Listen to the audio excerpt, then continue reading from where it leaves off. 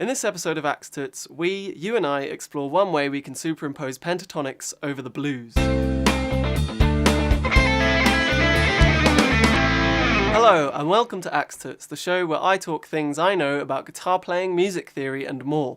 I'm your host, Ray George. In this video, I wanted to talk about superimposing scales. In a sense, I have spoken about this previously, but without explaining it or calling it by its name. In music, when we say a scale is superimposed, it basically means when we use a scale that is not based on the root of the chord that we're currently playing over. In the blues, for instance, the most commonly used pentatonic scale is the one based on the root of the chord. But this is a bit like painting with only one colour and can be quite tedious. Superimposing other scales gives us more colour and variation. The example I'm going to show in this video, which is quite common when playing over the dominant chord, is known as the upper fifth application. This is where, as the name suggests, you use the minor pentatonic based a perfect fifth above the chord's root that you're playing over. For example, if the chord you're playing over is A7, you can use the E minor pentatonic.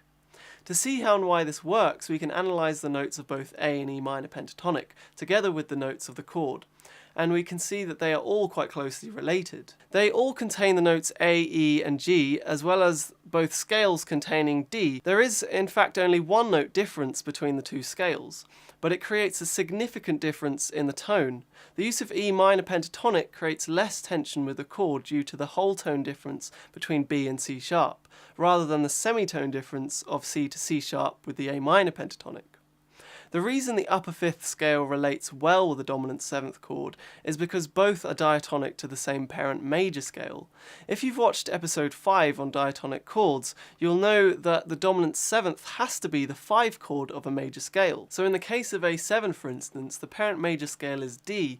If we look at the notes of E minor pentatonic, E, G, A, B and D, they are also found in D major at the 2nd, 4th, 5th, 6th and 1st degrees of the scale, respectively.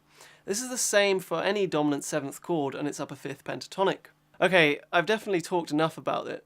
Let's see and hear an example of it over the same blues progression I've been using for the past 2 weeks. I'll add annotations on the screen indicating which upper 5th minor pentatonic can be used at the point in the progression.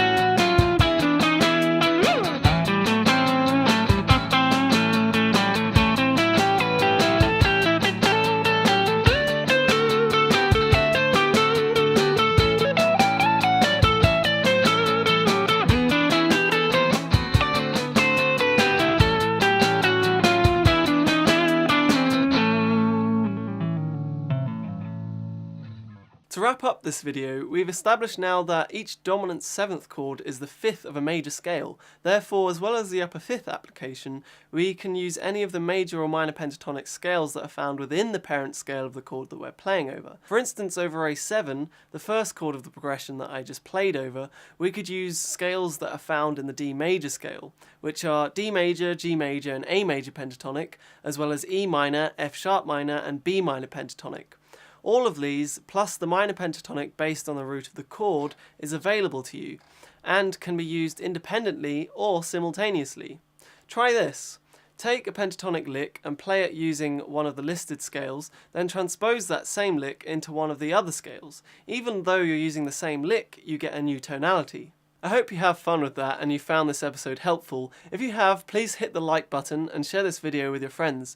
If you have any questions, comments or suggestions, you can leave them in the YouTube comment section or you can hook up with me on twitter.com/RayGeorge.